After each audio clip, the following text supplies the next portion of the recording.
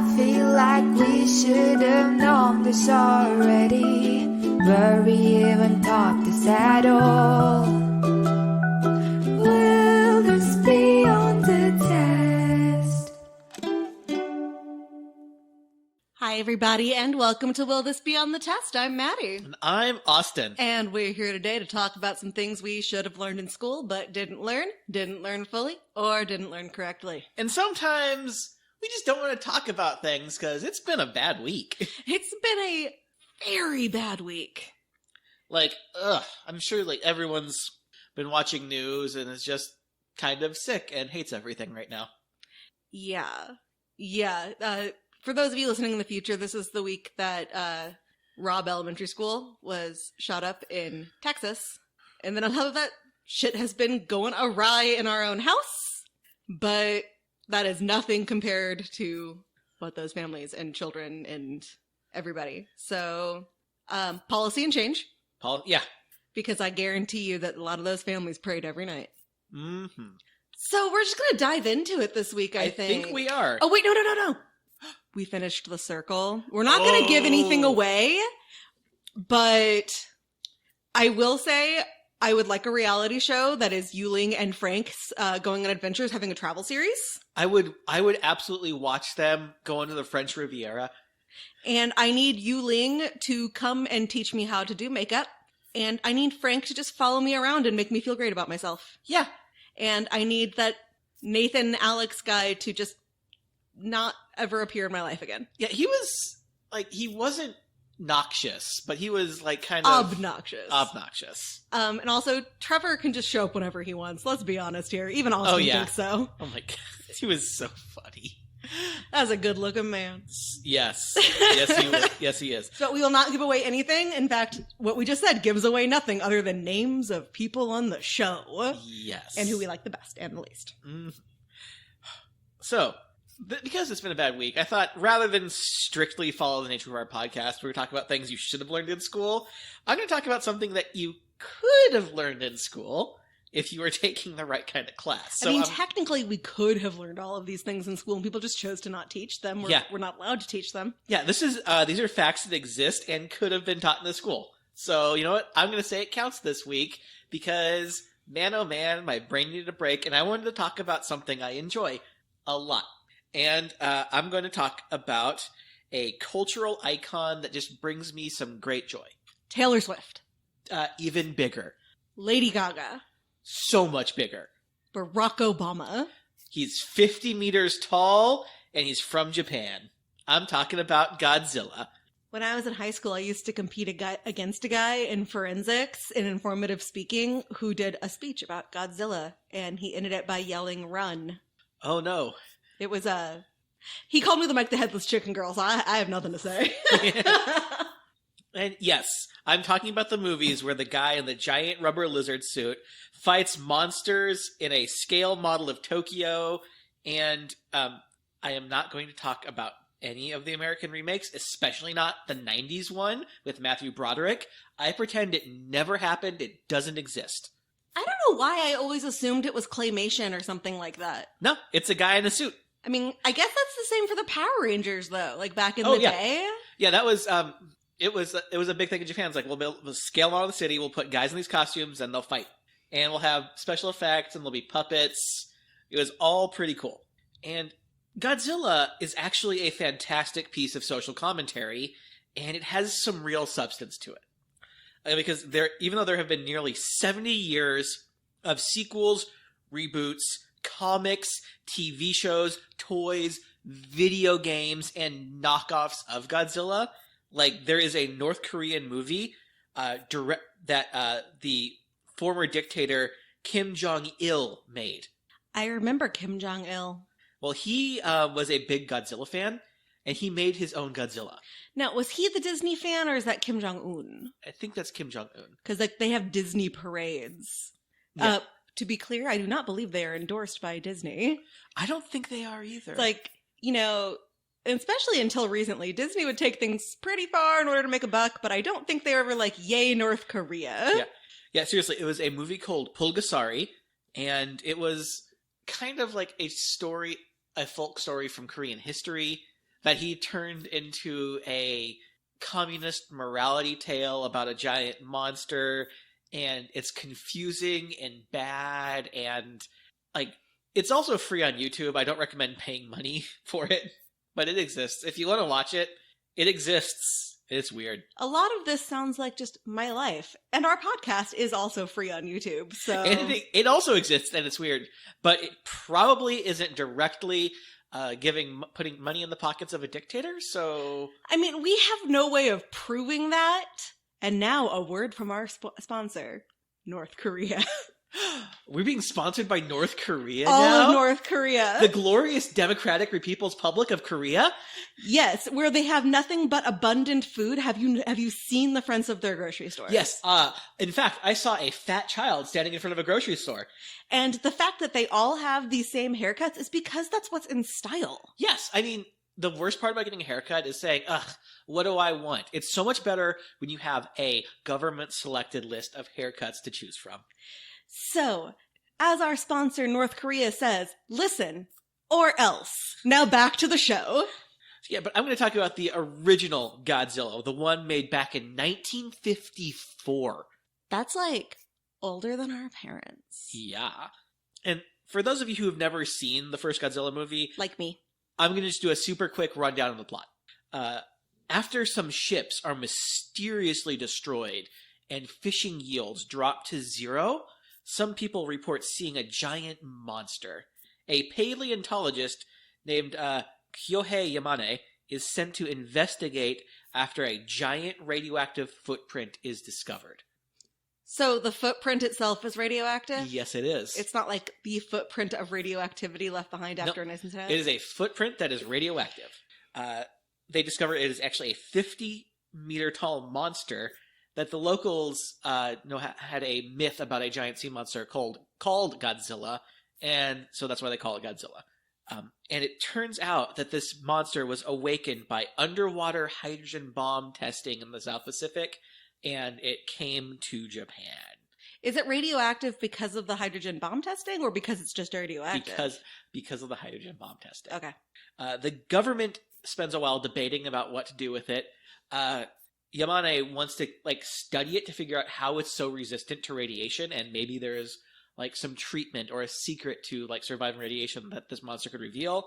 But they decide they want to destroy it instead. They try to destroy it with ships by dropping depth charges on it. That doesn't work. It surfaces and destroys part of the city. They try to stop him with an electrified fence. That doesn't work. Then he goes around and stomps around the city. Then they try and stop him with jets and tanks and soldiers. And that doesn't work, and they can't kill him. So, and with each attack, more and more is destroyed, and hospitals start to fill up with the injured, and people are suffering from radiation poisoning from how much radiation this monster is getting off, and his radioactive fire breath.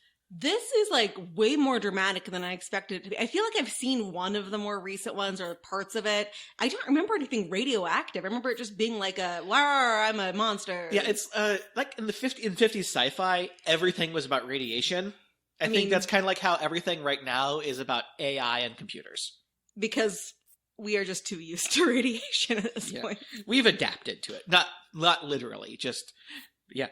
But there's a scientist, Serizawa, who is Yamane's daughter's ex-boyfriend, and she left him for a rugged and adventurous sea captain at the start of the movie.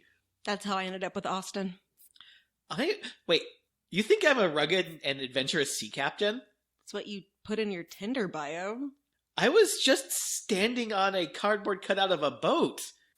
You used the words rugged, adventurous, and sea captain. Did I miss the word not? Yes. Damn my dyslexia. Yeah, it's oh, cool. He's a ton of rugged, adventurous sea captains. That's amazing. As an update from our sponsor, North Korea, it makes more sense now. Because as we can see, Austin has lost his non-regulation beard, and he looks way less rugged and sea captain-y, as North Korea has proclaimed. Back to the show. Back to the show. But it turns out Serizawa has been working on a secret project. A weapon called the Oxygen Destroyer. It's a weapon that destroys oxygen, but it suffocates and decays all life around it. But Serizawa fears that the weapon is too horrifying, and if it's used in war, that would be on his conscience. He cannot have this weapon be used, so he destroys all of his notes because he doesn't want this weapon revealed to the world. But Yamane's daughter and Yamane convince Serizawa to use the weapon to kill Godzilla.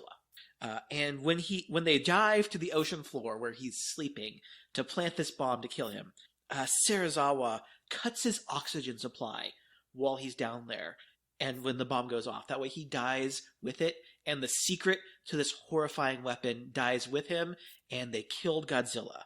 But at the end of the movie, Yamane says that he is worried that continued atomic bomb testing could awaken another monster, and that's where the movie ends. By another monster, do they mean the world and the arms race? Mm-hmm. Yeah, there's a lot of symbolism in this movie, as Maddie's already picking up on. I got A's in English class, guys. Yeah. So what was it about this 1954 Godzilla movie that spoke to so many people? This wasn't even like the first big monster movie to feature a giant monster rampaging through a city. King Kong came out 21 years earlier. King Kong is from the 30s? King Kong is from 1933. That's like not long after Snow White. Like Snow White was either 31 or 33. And I mentioned King Kong for a reason. We're going to get back to that in a second. So, for us to understand why this movie had such an impact and a lasting appeal, we need to look at two things. A little bit of film analysis and a lot of bit of what was going on in Japan at the time. We'll start talking about the film. Because usually, like, monsters in media, especially giant monsters, represent a widespread or large or existential fear. But not always. Sometimes a Sharknado is just a Sharknado. And sometimes a Christmas tornado is just a Christmas tornado. And sometimes a fire cyclone is just a fire cyclone. Yep. Guys, we went deep into IMDb last night. We did. So, like, speaking about these fears, King Kong was a giant ape from Africa that was taken from his home by force on a boat, and when he got free in the city, all he wanted to do was destroy things and kidnap a pretty white woman. This movie, again, came out in the 1930s, when segregation and Jim Crow was on the sharp rise in America, and the KKK was gaining a lot of popularity, and there had been movies that had come out recently, like, Birth of a Nation, where this was a major theme in it. So, with that bit of information, it becomes kind of obvious what fear people were expressing the movie King Kong was about. Okay, are we talking a fear that black people are dangerous, or are we talking about a fear that we're going to face consequences for our actions by kidnapping people? The fear that black people are dangerous. All right, I recommend that you guys go back and listen to my 3-part series on the history of black film, because this is a recurring theme in a lot of it, but I'm pissed to hear that King Kong, which we keep remaking movies of, is part of this. Yeah, so sorry if I ruined your favorite monkey movie. No, I've never seen it. It's not my favorite monkey movie. My favorite monkey movie is Duncan Checks In. Or possibly MVP, Most Valuable Primate, starring Matt LeBlanc. This is real? This is real. It's a chimpanzee that plays baseball, and it's got Matt LeBlanc in it. I thought you would know about this movie already. I did not. Is it? Okay, but it's not Marcel. It's not Marcel. This is a chimpanzee. Oh, it's not. It's been a while since Ross and anybody else have come up. No. Okay, guys. PSA, do not own an exotic animal that you're not supposed to own, including an adorable capuchin monkey. Yep, they poop everywhere. All right. Marcel pooped in the shoe, and that caused a whole lot of problems. And yes, don't get a monkey. So if we think about this idea about what these fears represent, and we look back at what was going on in Japan, the fears that this monster spoke to become fairly obvious. On the surface, this is a children's movie about standing up to bullies. King Kong is? Godzilla. Oh, sorry, I was still stuck on just what you just told me. I was still processing that. Yeah. On the surface, Godzilla is a children's movie about standing up to bullies. And it is also a war movie without actually being a war movie. Because, this was 1954, and there's a lot of stuff in living memory that people might not want to revisit. Now I'm stuck on the fact that Godzilla was a children's movie. I always thought it was kind of like an action horror situation. Oh, no, it's beloved by children. I mean, I know kids love Godzilla, but I didn't know it was intended to be that. More, it's like it was the 50s. We didn't care about emotional. Yeah. Well, granted, though, like, Austin, weren't we both just made tougher people because of Bambi? Never saw it. You've never seen Bambi? Is that because you used to kill little deers and you knew that this was all your fault? I have killed so many deer. I am the villain from Bambi's story. Actually, yes. I literally am, actually. Yeah, Okay. he used to hunt. Yeah. You are the villain in Bambi. Yeah. But the creators of this had a message that really was cemented in this movie from its start, from its inception, and it's also a big part of its lasting popularity, because Godzilla is about the atomic bomb. Mm-hmm. Because we all know, I didn't even talk about it, what had happened less than a decade before Godzilla premiered in the cities of Hiroshima and Nagasaki. Yeah, that was in the last couple of months that he did that episode. So that interests Over you. a year ago. No, that was recent. It was in 2020. 2020 is still happening. No one will convince me that we are not still in 2020. Like, that's actually the official name of purgatory. Yeah, there was a lot of just ongoing concern about atomic weapons because of the bombings at Hiroshima and Nagasaki, and just the radiation, the health problems that were persisting in people, all from that. But there's another incident that you might not know about that was the direct inspiration for a lot of Godzilla, and that was the Daegu Fukuryu Maru incident. It's a name of a ship. It literally translates to Lucky Dragon number 5. Okay, I was trying to think Maru, because I know that word. Yep. So on March 1st, 1954, 23 men were on board the Daegu Fukuryu Maru, and they got caught in the fallout of the Castle Bravo nuclear test on Bikini Atoll. Dude, I have so many thoughts on all the Bikini Island stuff. I won't get into it, but oh my god. It's a segment that's coming up in a minute. Don't worry. We'll talk about it a little bit. But it's... I don't want to. I hate that. Yeah. So, the ship's fishing master was on deck and later recorded in his log that the frightening things he saw and heard. There was a bright flash, like the sun had risen, but it was way too early for dawn. And it's felt like something was dangerous. The crewmen were like, "Oh, what was that?" They were shocked. Suddenly, all over the west, as if it was like the sky caught fire in the west.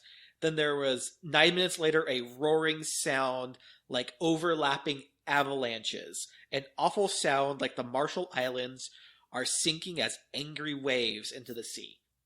Can you just imagine, like, you're just chilling out in your boat and all of a sudden the sky is on fire? Now, the crew was very familiar with what an atomic bomb was and knew exactly what they had just witnessed. But this was not entirely, because this was a new type of atomic bomb, the hydrogen bomb, that was several magnitudes more powerful than the bombs dropped in World War II.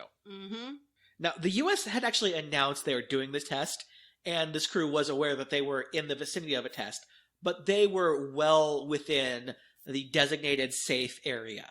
The lie detector test determined that was a lie. But the United States had greatly underestimated the strength of the bomb and did not fully account for the weather moving radioactive dust from the explosion further outside of the quote-unquote safe zone. And the fact that water makes waves. Yeah. So, even though this boat was out of the dangerous area, they were still caught in the fallout and were coated in radioactive dust and ash. This is actually the incident where the term fallout became widely used. Neat. Yeah. For the crew, the radiation poisoning symptoms began within the day. Jesus. Within a week on their journey home, because it's a long trip, and they were a tuna ship, so they're not a fast boat. They had bloody ulcers where the ash had touched their skin.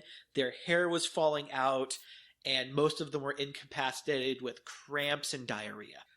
They did realize that this was radiation poisoning that they were suffering from, so they dumped their contaminated fish so that they would not make their way back into the market. And even though the United States insisted that no, there was no danger to fish in the area, we did ban the import of fish from the area. It's like, and what else are they supposed to do, you know? Because now they've got, you know, radioactive fish that they dumped into the water that other sea creatures are going to eat. But at the same time, they don't want anything to accidentally end up where it shouldn't be. There is not a good response here. Yeah, they dumped them in the middle of nowhere, so hopefully it was fine, but who knows? There is no such thing as the middle of nowhere in the ocean. Yeah. The crew was hospitalized for 14 months following the incident. But miraculously, 22 of the 23 crew survived, but in the following years, they had frequent health problems and a staggering rate of cancer. What is with you and radioactive shit? I'm talking about Godzilla, and apparently it gets dark. Like, you did Radium Girls, you did Hiroshima and Nagasaki, like, everything is... And don't forget Marie Curie. Everything is radiation with you. Are you trying to, like, warn me about something? Okay, we've been doing this for 3 years. That's like a little over one episode a year. I feel like there have been more. There was just outrage across all of Japan about this. The Japanese people felt like America was using them as guinea pigs in their nuclear experiments. And that America would spend so much time and effort developing these weapons, but did nothing to make better treatments for people with, as they called it, atomic sicknesses. A movement to actually ban nuclear weapons from Japan grew out of this outrage.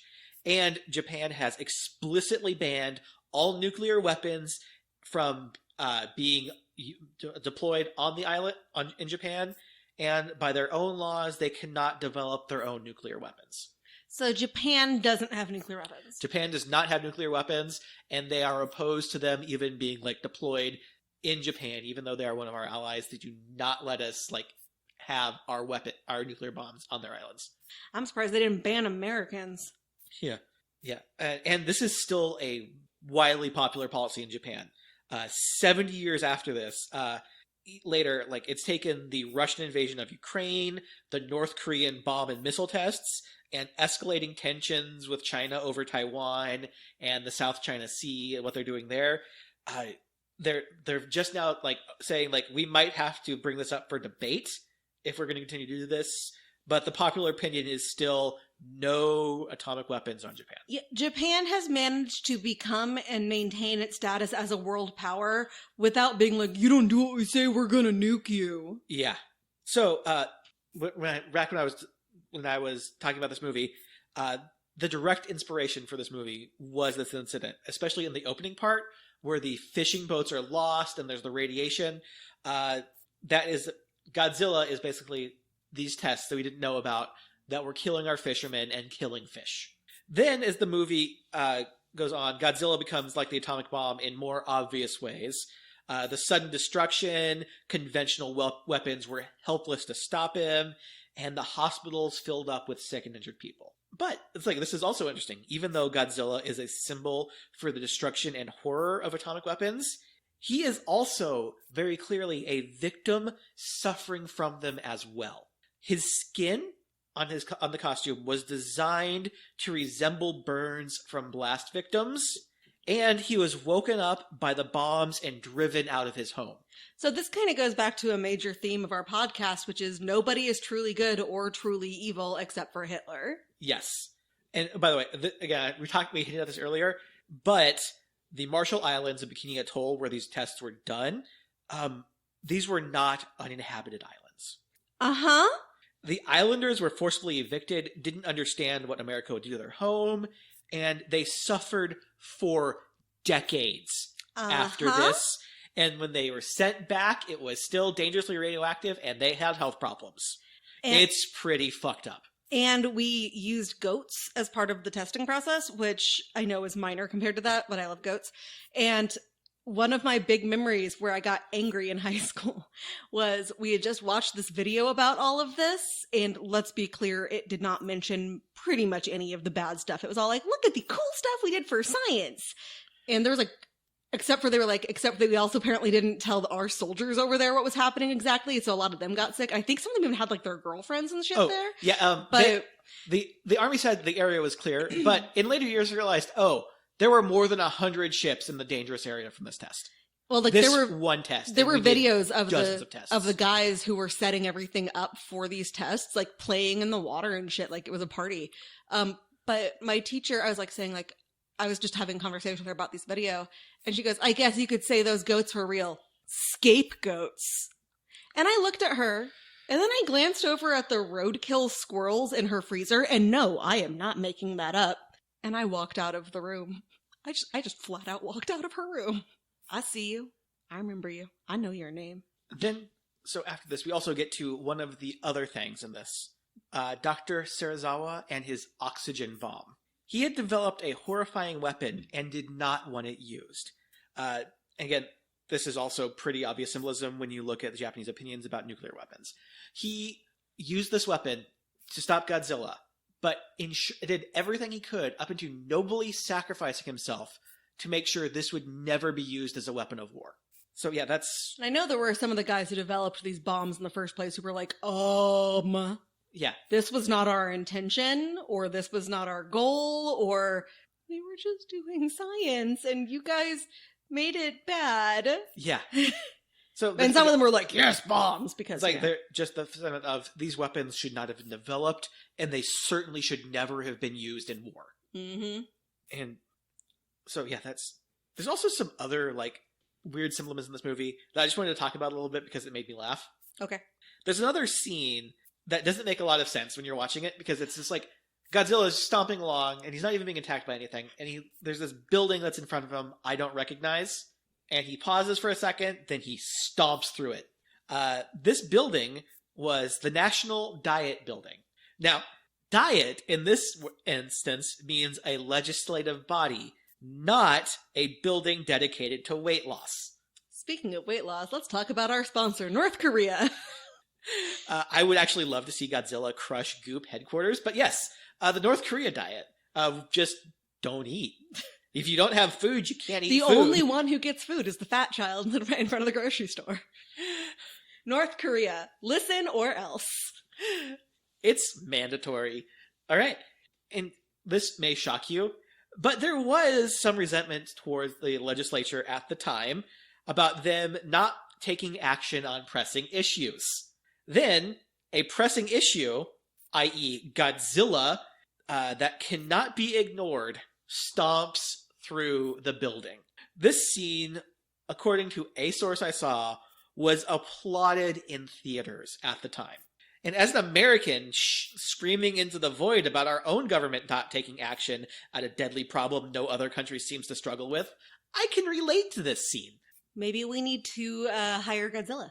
The only way to stop a bad guy with a gun is Godzilla. Yeah. Yeah.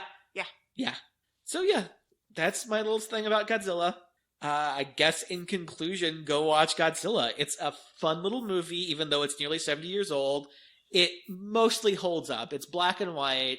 Like, the special effects seem hokey now, but like they're still pretty cool. It's watchable. It's fun.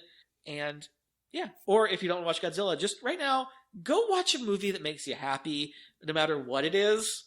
It's been a tough couple of weeks, and I think we all need just a moment to take a break from our lives and just enjoy something. We recommend Con Air as a good another choice. Oh, that's a great movie. Or any Nicolas Cage. The Unbearable Weight of Massive Talent is so good. It is you should watch it. legit good. So funny. And you'll get to see a clip from Con Air in it, so... Yeah. Are you ready for questions? I just realized I forgot to write my own, yes. All right. Well, how careless the United States was with their nuclear testing be on the test? You're hilarious. Will North Korea trying to make their own Godzilla movie be on the test? Yes, and we will talk about how wondrous it was. Yes. Will government inaction resulting in people being crushed by Godzilla the government buildings being crushed by Godzilla be on the test? In a film studies class, absolutely. Yeah. Will the fact that the Godzilla costume weighed over 220 pounds and had parts of it made of poured concrete be on the test? You didn't mention that. I didn't, but I read that fact. I had to put it somewhere. Well, it will be on the test, and then I'll get mad because I'll get it wrong. You know, life and tests about Godzilla aren't always fair. Like, I had a bad grade in a class, in linguistics class in college, because He taught completely different stuff than what was in the textbook and then gave us tests exclusively over the textbook. That's hilarious and awful. Yeah, especially because we didn't know that ahead of time. So, yeah, I'm done. All right. Well, we're switching gears a little bit here. This is coming out on June 1st, I think. Yeah. And what happens in June? But Father's Day. Oh, Father's Day. I always forget about Father's Day. So do I, but my dad's been gone for many, many years. So I don't have to think about it a whole lot. I remember last year they had a commercial that was like, now you can welcome your dad back into your home. Weren't you missing him? Weren't you looking forward to the day you could welcome him back? And I yelled at the TV, no, I am not letting zombie dad in. Listen. My dad would have found it funny, don't worry. Yeah. Well, a couple of years ago, because we've been doing this for a couple of years, I talked about Mother's Day. It was in May. You can find it. So I guess it's time to talk about Father's Day. And it's an afterthought, just like Father's Day. The holiday is now. I'm not going to go back over Mother's Day, except to say it became a commercial holiday in 1908 and was made official as the second Sunday in May in 1914. Yeah, that's all you need to know for any context on this. Except for the fact that fathers today, any articles I could find written by dads about this topic was, please stop. Yeah, I've gathered like from most of my friends who have kids, is they don't like Father's Day. They would rather just do anything else. Yeah, the thing I gather from most of them is either can we just have Parents' Day, or we pull out all the stops for moms and then we're an afterthought, which proves that we are still not considered an equal parent, even if we are the primary parent. Or can we just hang out with you guys? We really don't want these presents. We just want to like watch a game or go play pinball or eat spaghetti. And they're also like, can you please stop reinforcing stereotypes by saying things like we want to watch a game? It's like, oh, you just want to grill things and fall asleep on the couch. Honestly though, Austin, I mean, that sounds like a great day. I know. So Father's Day has been around since at least the 15th century. What? Largely because of the Catholics. Are you saying that Christopher Columbus might have celebrated Father's Day? With his half Columbus, half llama babies. Oh, yeah. We are pretty sure that Christopher Columbus had sex with a llama. How else did syphilis happen? I think that's exactly how syphilis happened. It was celebrated largely in Catholic countries on what would now be March 19th in conjunction with St. Joseph's Day, because Joseph was the husband of Mary. But he wasn't even the father. Maury told us. Oh my god, that would be hilarious. Maury's old. He might have been around for this. Maury's not that old, actually. Maury is 2,033 years old. He was there. You never really grew up watching Maury. Like, that wasn't one of your sick day shows? It was not. You've watched Maury as an adult, though? Yes, I have. Actually, I've never watched him. I've just watched clips of Maury. You have no idea how much less trashy it is than it used to be. What? They used to have entire episodes where, is it a man or a woman? And they would have a bunch of drag queens and transgender trans women come out and basically perform burlesque dances, and then the audience had to vote on whether it was a man or a woman. That's 90s. That's definitely that is a very 90s sentence. That is a very 90s thing. Nobody knew in the 90s that was, yes, they agreed to do it, but they're also paid. And I honestly kind of like Maury. He doesn't seem like the kind of guy who doesn't change with the times and realize that things are wrong. And I would love to know what he feels about that now. So Maury, tweet us. Let us know how you feel about this. I feel he might not want to be associated with us. We are sponsored by North Korea. North Korea, where we know who men and women are. It's North Korea, where we know who the father is. And that father is Kim Il-sung, the glorious leader, who is not dead and was raised by unicorns. And he is a big proponent of Father's Day. Huge, huge proponent. Because he is everybody's father. So the first Father's Day celebration was in 1908, the same year Mother's Day became a commercial holiday. Now, I was going to make a joke about how the men got jealous, but then I read a little farther down the paragraph, and even I can't publicly make a joke about this. I'm glad you said this, because I was about to make that exact same joke. because it was in memory of the biggest mine explosion in U.S. history. Oh. And they were like, let's celebrate the men and especially the dads who died in that. And even I can't make a joke publicly out of that. No, that's a tragedy. And privately, I'd probably struggle to. Yeah, this might be a thing we can't say on IKEA. But we can, like, there are, of course, a lot of jokes about how men can't let women have things. But men actually didn't want Father's Day. What? They were like, we don't want this. Not because of any, like, feminist reason or because women deserve their own holiday, but because since Mother's Day came first, this is clearly a girly, effeminate holiday, and we don't want to be seen as gay people. It's like... Wait. A Like, day celebrating the fact that you have evidence that you've had sex with a woman is too gay? Yes, and now we are not saying that gay people cannot be parents, No. Biologically or otherwise, but we're talking about 1908. Yeah, oh my god. It's like, we're talking about back then when you had to at least pretend to be straight. Ugh, 1908.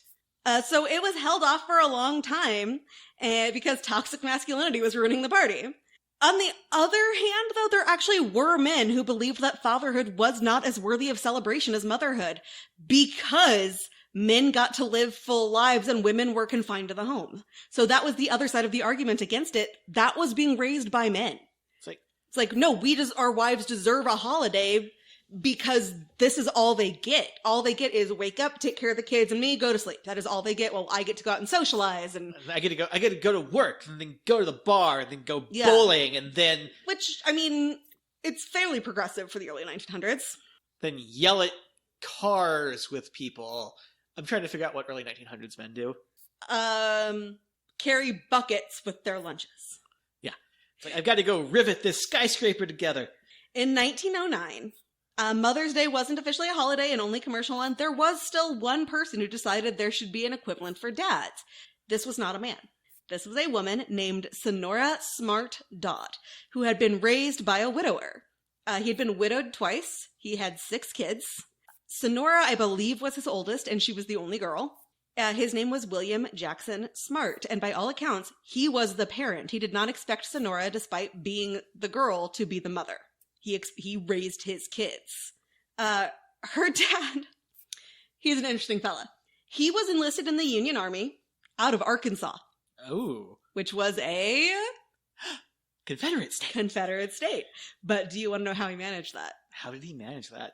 He was in the Confederate Army, was taken as a prisoner of war, and said, I'll join you guys if you don't make me a prisoner.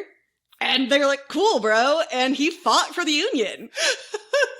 He really did not care which side he was fighting on as long as he was like making a paycheck here, basically. It's like, listen, I'm just in this for the money and the joy of murder. He actually was, at least for the Confederates, driving supply wagons. Oh. And Sonora herself was actually a member of the United Daughters of the Confederacy and the Daughters of Union Veterans.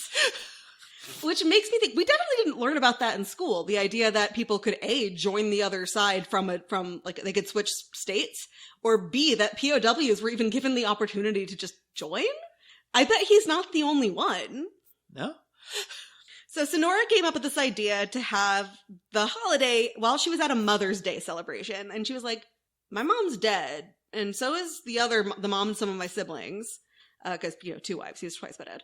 My dad raised us. My dad was our caregiver in addition to just, like, he didn't hire a nanny. He raised them, which, think about this. This is Confederate era. This was Reconstruction. This was, oh, God. I've already forgotten her. This was the never go hungry curtain dress lady times. Gone with the Wind. Gone with the Wind. Yeah, oh my this God. was a time when people would just put their kids in orphanages because they were inconvenient. And instead, this guy is raising 6 kids on his own and not expecting his daughter to be the mom. Oh, wow. This is like, is this like the prequel series to Full House? I don't think he had 2 guys living with him in San Francisco. He had his Uncle Joseph and his, oh no. Jesse was a name back then. Yes. I'm trying to think of an old-fashioned way to say Jesse. But yeah. Jesse. Jesse was the name. Yep. I would guess Joey was too. Yeah. So she's at this Mother's Day celebration. And so she went to the Spokane, because they were in Washington at this point. Although the Arkansas place they had lived was a coal farm. Not a coal mine, but a coal farm where basically they would go out into the field and be like, look, here's some coal, and pick it. It was actually making a lot of money. And it later became one of the most successful coal mines, like, period. They should not have left. Wait, so it was a coal farm? So did they wait to harvest until the coal was as high as the elephant's eye? Dad joke. The silence is deafening. At least pretend to laugh. I was trying to catch up with the joke, honestly. So I made an Oklahoma joke. You should have gotten it. Oh. Oklahoma. She went to the Spokane Ministerial Association and the YMCA, which agreed to do a joint Sunday celebration in June.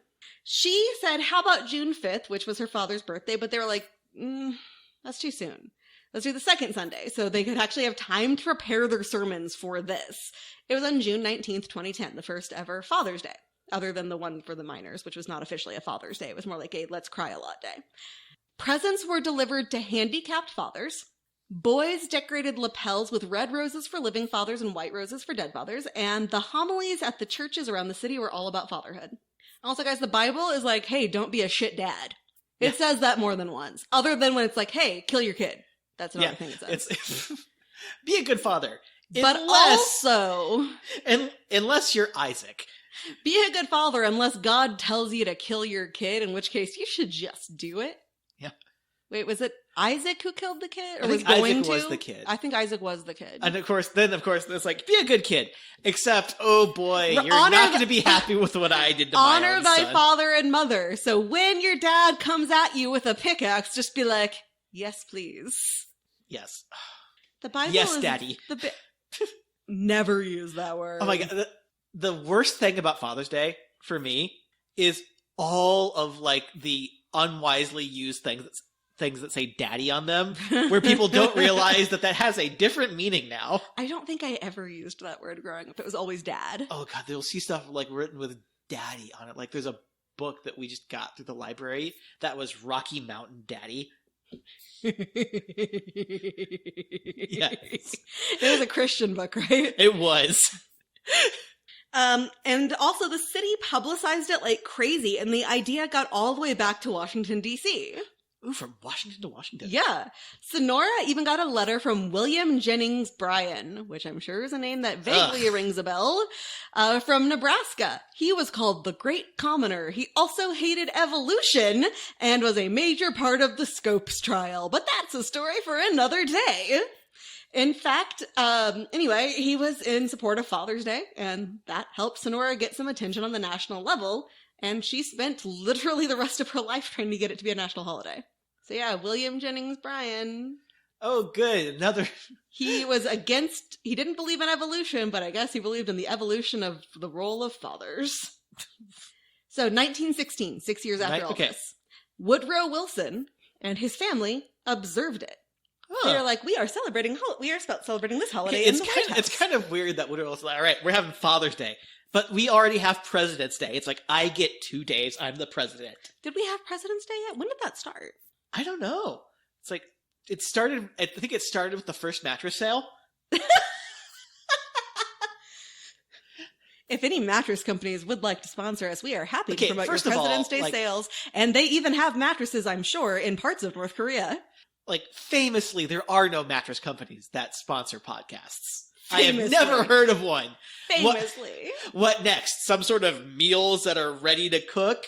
Or diet plans that say they use psychology, but either Austin or I could get hired as your therapist for it? Or, like, maybe, like, some sort of, like, web development or web hosting thing? Yeah. Some sort of, like, I would say, like, a rectangular space on your monitor. Yeah. I feel like podcasts just don't get any sponsors whatsoever. Like, where am I going to get my online therapy? I don't know, because they won't tell us. Yeah, it's like, someone should get on that, because, like, someone had better help us out here. Well done. In addition, though, to celebrating on his own, back to Woodrow Wilson. Noom is just moon spelled backwards. Moon, and That spells Tom. Noom. He also, this is cool. Okay. I wanted to cover telegraphs and telegrams for a long time. And it's actually really complicated because I have to go through the entire history of long distance communication. It starts with a man running real fast. Actually, yeah. No! And there are birds and mirrors and the sun. Now it sounds like you're just doing some bad stage magic. David Blaine. I wish I had David Blaine money. Me too. But I'm actually actively afraid of magicians. Austin will tell you, it's bigger than my fear of clowns. I get really scared and angry at magicians. I've been so afraid to tell her that there are some clowns that are also magicians. Oh no, I know it. I don't want to talk about it. But this is cool. So on the day they were celebrating it, 1916, Woodrow Wilson pushed a button in DC that sent a message through a telegraph that opened a flag in Spokane. That's kind of awesome. I know, right? And then 3 years later, Sonora's dad died, so he never saw an official Father's Day on the national level. Then, 8 years later, Calvin Coolidge signed his approval of the day, saying it was, quote, to establish more intimate relations between fathers and their children, and to impress upon fathers the full measure of their obligations. In other words, Ooh. hey, raise your damn kids! It's like, yeah. And this is another instance where if you place father with daddy, things get creepy. Oh my, I was just thinking that. To establish more intimate relations between daddies and their children, to impress upon daddies the full measure of their obligations. It's like, excuse me, Daddy, you've got some obligations. I need nice things. Do you understand the full measure of your obligations, Daddy? Ew! Ew! Oh, God! Ew! Ew! No! So, this Father's Day, I want you to replace every time you see father with the word daddy and have a awful Have day. a horrible day. Because that's what we're going to be doing, and you need to suffer alongside us. Then the Great Depression and World War II happened. Good times. In the 1920s and early 30s, there had actually been a movement to get rid of both Mother's and Father's Day and combine them into one holiday that celebrated both parents simultaneously. In part because people were like, hey, both parents deserve respect, and although that should happen every day, if we're going to have a holiday, we both spent about 5 minutes making you, so can we just, share this together? 5 minutes? Someone's being generous. And also, they're like, this is getting really commercial and expensive. Can we just not? Oh, yeah. It's like, listen, this is 2 holidays. I have right to buy after each other. 2 cards, 2 presents. Can we just turn them into 1 card and 1 present, please? Which is what every parent has said to their children born in December. Yeah, and they were also, Austin's birthday is in December. I'm not bitter. I'm not bitter. Although Austin will tell you he doesn't understand why people get mad when their presents are wrapped in Christmas paper, because it doesn't matter what time of year it is, chances are that's the only paper people have. Yeah. And also, your gift got wrapped? That's a bonus! Yeah, I think last gift I gave you was in a paper bag. No, it was in a cardboard box because it was my red string board. Oh, yeah. You didn't even put a bow on it. You were just like, here you go. And it actually said on the outside cork board. Thank you, Amazon. Hey, they tell you. It actually has a thing on there that says this is going to give away what it is. And I am the one who had to bring in the delivery of it. Anyway, they also wanted to lower the commercial value of both of the holidays by combining them into one so that they could focus on the let's hang out as a family aspect, not the give us presents aspect. Then the Great Depression hit. This caused retailers to be like, oh shit, we need to sell stuff. Father's Day is a real thing now, guys! It wasn't. And we always talk, all these articles about Father's Day written by dads who are like, it's not the 1950s, I don't want a necktie, blah, blah, blah. Yeah, that wasn't the 50s, that was the 1930s and the Great Depression. Because these are the things that dad needs but won't buy for himself. Because even though they are essential to his daily life, they are an unnecessary expense. Man, that makes it extra insulting now for modern parents. It's like, here's a tie. It's like, I work at Taco Bell. The most common thing that I saw that dads want now is to hang out with their kids. That's what they're saying. What they really want is a PlayStation 5 that they can play with their kids. Yeah. So it was neckties, pipes, sports shit, anything that was traditionally manly. That's what got pushed. And they actually called it a second Christmas just for men. Because y'all need your own Christmas.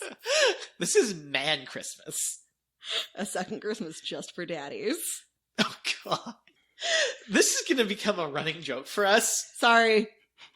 And no, I'm for it, but oh boy. Honestly, it grosses me out This so is much. this is an arms race you started, tying in my episode. An arms race. An arms race. Like the place that, the stuff that men store in their man caves. Their arms. And it's their right to bear ones, so they have them like up on taxidermy bear arms. I always thought an arms race was like the wheelbarrow race where the guy's running on his arms while someone pushes him. Oh, I always thought that wheel race, like if we're talking about that kind of arms race, I always thought it was racing to see who could hide their wheelbarrow full of severed arms from the police first. We had very different upbringings. It's because I watched Bambi. I know how the world really works. Okay, are you sure you watched Bambi and someone didn't just put like the saw tape in the Bambi case? I mean, Saw hadn't been made yet to my knowledge. Maybe a time traveler brought you a videotape of Saw. I've actually never seen Saw. You don't see Saw? I don't see Saw. I'm not Dwight Schrute. Or Mose. World War II made Father's Day grow even deeper roots. Again, commercialism, but also, if you don't participate in Father's Day, you don't support the troops. Because you know how many of them are someone's. Yeah. So they Whoa. turned it into an issue of aggressive patriotism. Then nothing until 1966.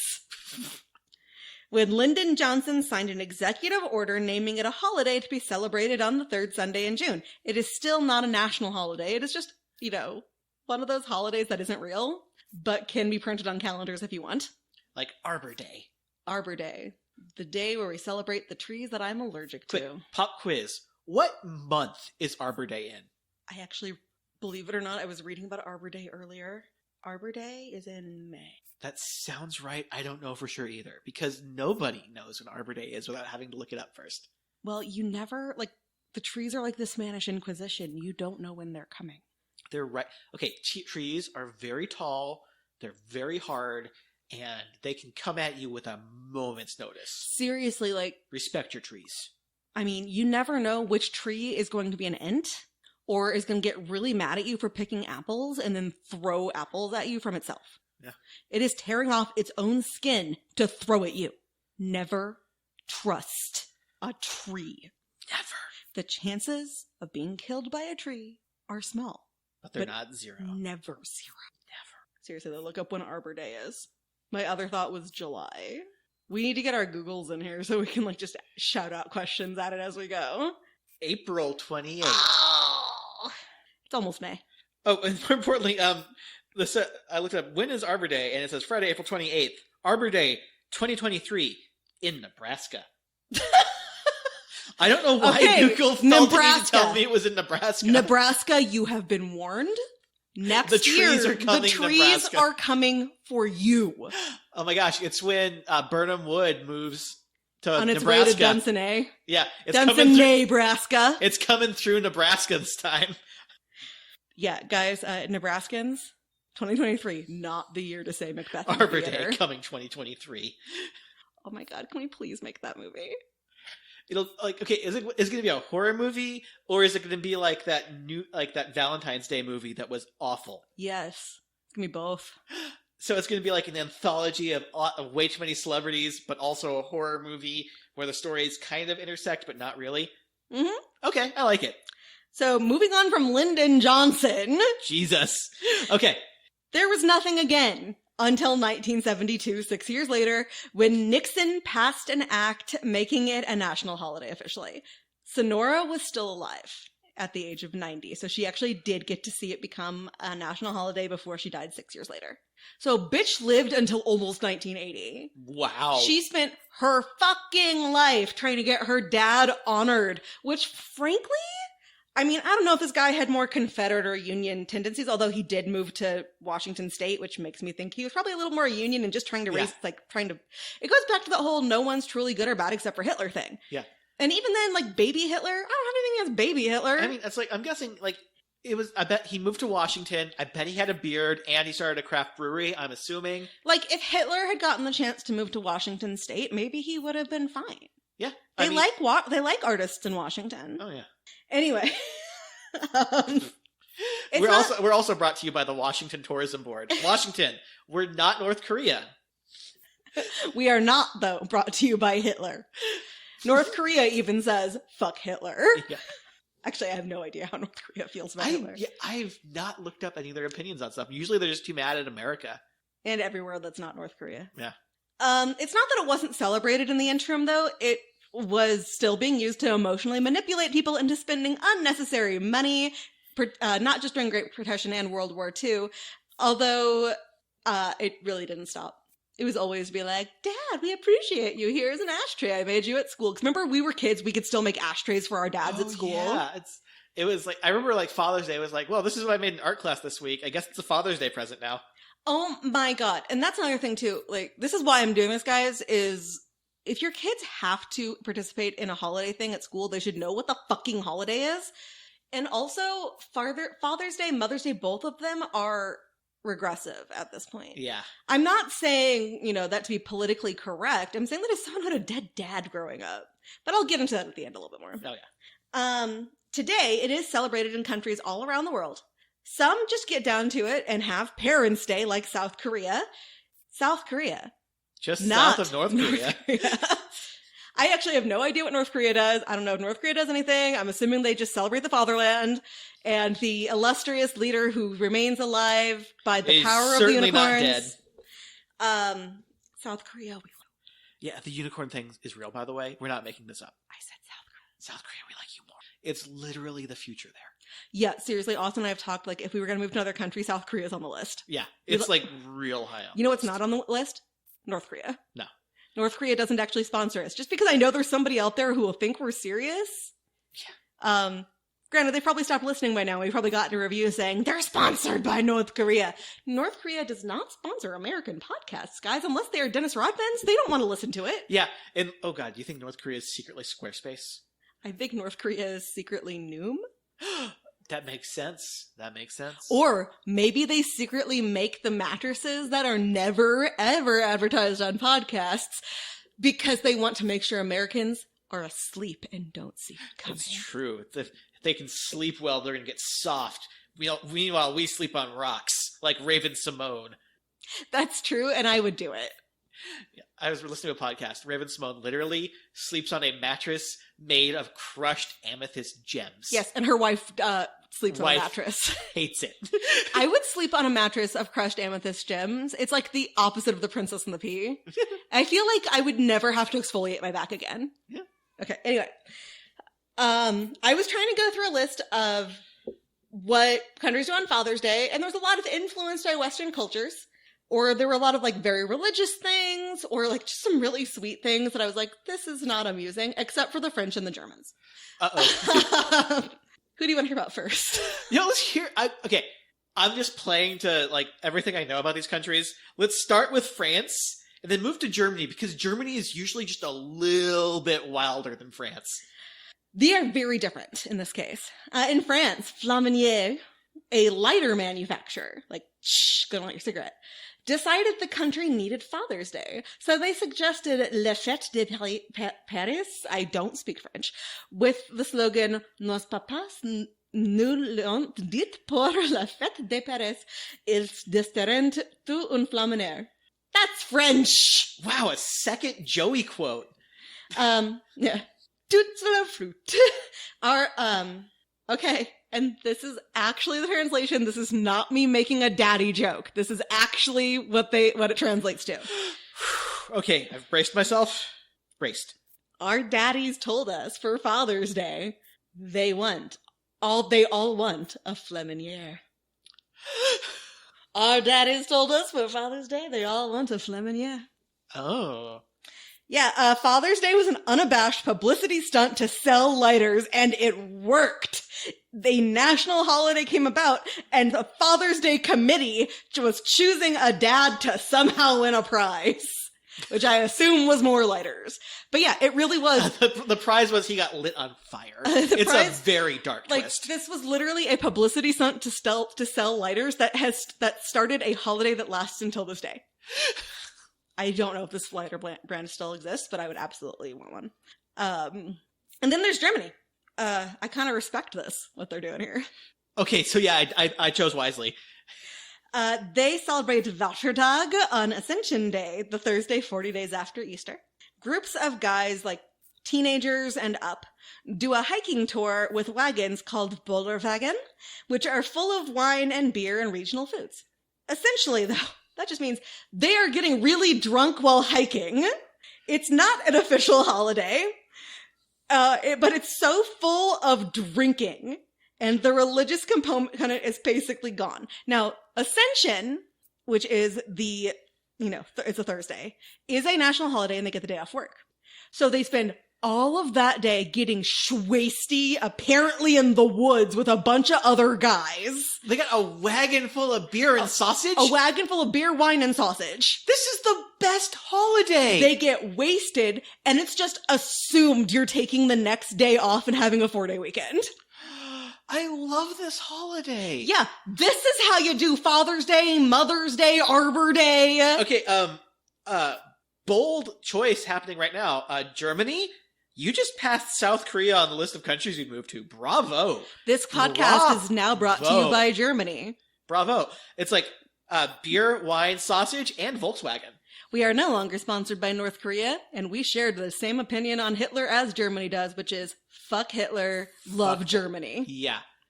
And then Russia needs to come in and ruin the party. Oh, they always do. They call it Defender of the Fatherland Day or Man's Day. I didn't go any deeper than that. I feel like it's good because I felt some incel energy radiating off of this. As of 2019, Mother's Day was the 4th highest spending holiday, and Father's Day was the 7th. Back to college is apparently a holiday, and number 1. Sadly, the Super Bowl is number 10. Arbor Day was not on the list. Well, I mean, what are you going to buy your trees? They've got sunlight, they've got water. The ritual sacrifices so they don't come after you. Nebraska, what have you been doing wrong? Nebraska, like, have you not been leaving out bowls of milk for your elves? Have you not been husking enough corn to appease the corn gods that run the trees? It's like, I feel like the Nebraska Cornhuskers, which I think is a college football team. Yes. Well, it's a college mascot.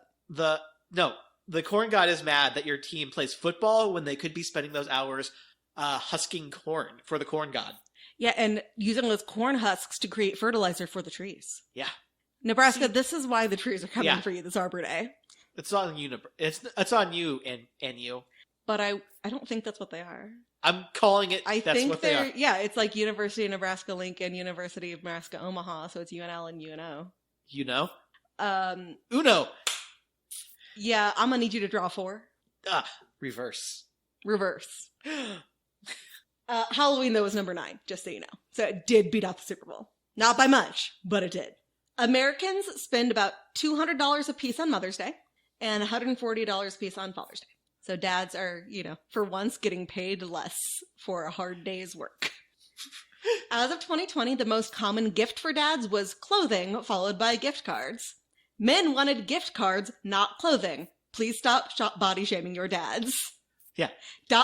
Father's Day is not the time for inspiration clothing. He knows that his pants don't fit as well as they did last year.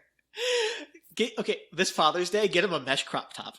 That's what he really wants. If you want to get him some clothing, get him some suspenders. Suspenders are nice, non-offensive ways of keeping up your pants. You don't have, because a belt, you could get the size wrong, but suspenders, you can't get the size wrong. Or get him a novelty cap about fishing. Those are so nice. One of those wall fish that sings. Oh, yeah. Anything with the word golf or beer, those also are acceptable gifts. Because fathers all like the same things and are all super into toxic masculinity. Yeah, it's like they just want to drink beer, watch the game, grill meats, and be wrong about what a video game is called. And how pregnancies work. It's like it just goes shooting out of there, and it's like a skee ball. And, like, can't you just pop out the ectopic pregnancy and put it into the uterus? I fail to see the problem here. Okay, guys, seriously though, your dad, based on the articles I read, they don't want this stereotypical toxic masculinity dad shit. They want to spend time with you. Now, so we're not saying call your dad, because if your dad is not someone you feel safe calling, not somebody you have a relationship with, or in my case, that means going to Lilydale and talking to some spiritualists, and I don't have the money to go to New York right now. Listen, we have a Ouija board. My dad is buried right up the street. This would piss him off so much. Like, first of all, he was like, not so sure about this afterlife thing.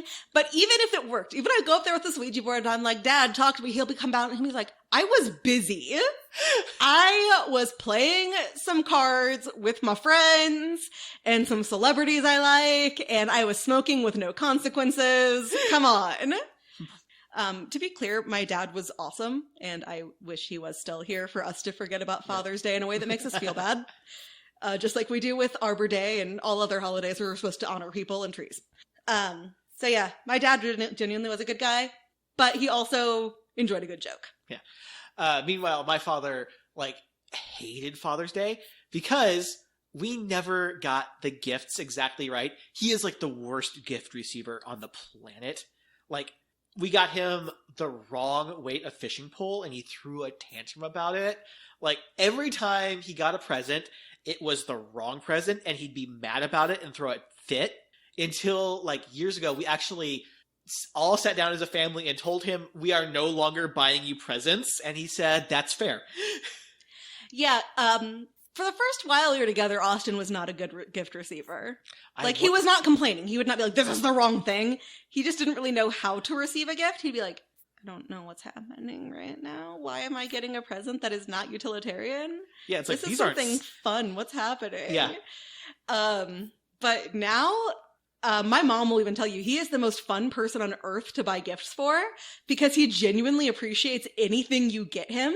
Even if he doesn't know what it is, he'll figure it out later and find a way to use it somehow. Like, his favorite t-shirt is one from my mom that makes no sense. And he's like, this is the best shirt ever. It's so comfortable, and it's absurd, which I feel encapsulates me. Comfortable and absurd. So yeah, if you have a relationship with your dad that makes you want to celebrate Father's Day, consider giving him your time.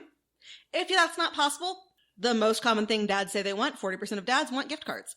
So send him a gift card to whatever place he likes. Kohl's. Send along that Kohl's cash with you too. Okay. Ooh, it's like, here's a... It's like, be careful though. Like, don't give him like a gift card to Circuit City. Circuit City's gone. But Actually, get him a Blockbuster gift card. It's in Oregon.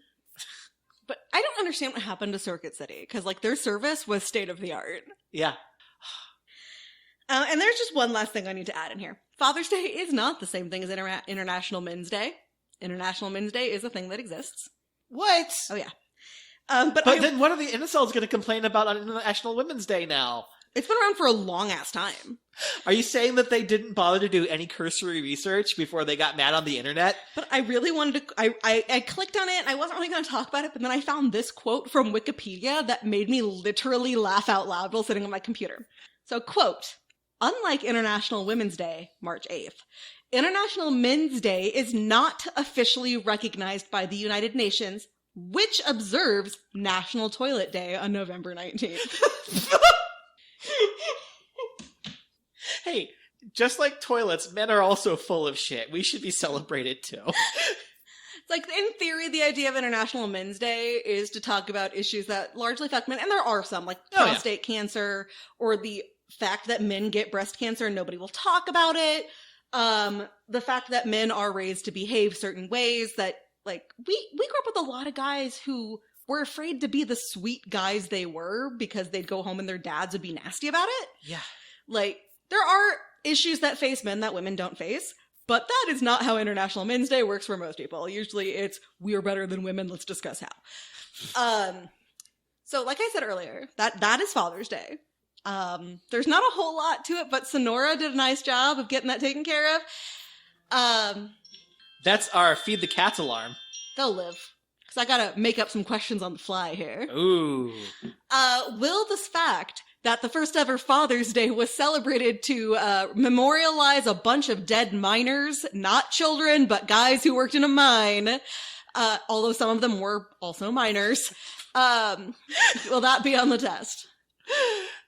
It won't be on the test because we cannot admit that there were ever industrial incidents. Now get to work, kids. We can't improve safety ever. Will the fact that a woman campaigned for her entire life for Father's Day be on the test? Yes, it will. Will the fact that there are people who fought on both the Confederacy and Union sides of the war be on the test? I think maybe. I don't know. This gets into that whole I don't know. That's a tough one. I think, yeah, that'll be on the test. Will the fact that what your dad, by and large, really wants from you on Father's Day is to hang out with you? Yeah, that will be on the test. But then it'll also be ignored. Will the fact that you are under no obligation to have a relationship with your father if he is toxic or has harmed you in some way be on the test? That should be on the test. Mm-hmm. You know what? That will be on the test because I wrote this test. And will the fact that it is not a political correctness issue to get this out of the schools be on the test? Yes. It's I was going to talk about that more. I am somebody my dad died when I was 12. I personally never had hurt feelings by Father's Day stuff, by daddy-daughter dances. None of that bothered me. The only thing that bothered me was not long after he died, being forced to write for Father's Day, I believe it was for Father's Day, a letter, an essay, that's the word, for the Kansas City Royals about why my father is the best father. Oh, My dad had been dead for 6 months, maybe? Oh, that's painful. And I'm not the only person in my class who was having issues with their father for one reason or another. The teachers knew about these. So a couple of my friends who were in similar situations, along with a couple of our supporters, went to the teacher and said, hey, we're not refusing to do the assignment, but can we get an alternate assignment? We will write about anything else. We'll write about our moms, whatever you want. And she said, no, you have to do this assignment. We were not given a choice. And that does hurt. And then you've got the kids whose dads died, whose dads ran out, whose dads are incarcerated, whose dads were abusive. Same goes for moms. Same goes for grandparents, for anybody. So why don't we just have one single, write a nice letter to a grown-up in your life day? Yeah. That'd be great. I did that with my students. It was write a nice letter to someone who works in the school. It could be a teacher, a custodian, a cafeteria worker. It was anonymous. And I had teachers and even non-teachers who come to me and I don't know who wrote these letters, but they made me feel so good. And the kids know, and it was also to teach the kids, don't expect praise for doing the right thing. Although there were a couple of times where the teachers would look at a kid and wink at them and give them candy because I'd figured out who it was. But I did verify A, that they were always appropriate, and B, that the kids had not signed them. But I graded them simply, they would hand them in and I would put a check mark next to their name. That's how I graded it. I'd never graded them on grammar or spelling. And I would just glance over the letters after I'd shuffled them up. Really, because I didn't want the kids to feel embarrassed or anything like that. Yeah. Because it's not my business, what their teacher helped them through. No. So yeah, instead of doing Mother's Day, Father's Day, have write a nice letter to an underappreciated adult in your life day. Yes. That sounds great, because I feel like an underappreciated adult who wants a nice letter. You're an adult? Allegedly. All right, so where can people find us? Well, they can find us on Twitter at OnTheTestPod, on Facebook at facebook.com/OnTheTestPod, on Instagram at OnTheTestPod, on TikTok at OnTheTestPod, and our website, OnTheTestPod.com. Yes, I have been doing a lot of work on the website. Hopefully right now you're coming to a landing page that just says coming soon, assuming everything is working correctly. That's what it's been showing me. But the main issue is the platform I was using does not transfer to WordPress. The plugin that was built to transfer it does not work. Oh, no. And so I'm having to individually move every single transcript, every single page, copy, paste, edit, every little bit by hand. It's true. I see her downstairs. She's got her big bottle of ink and her quill. She's in candlelight. She's writing out everything. She's illuminating the text. And it's gorgeous. I'm doing it hurriedly with the clock in front of me, and he keeps asking, why are you writing like you're running out of time? You just write day and night like you're running out of time. Well, I'm gonna fight like I'm running out of time, like I'm running out of time, which the cats are too, so we gotta go. On that note, class dismissed. And happy Father's Day to the non-shitty dads out there. Happy Father's Day.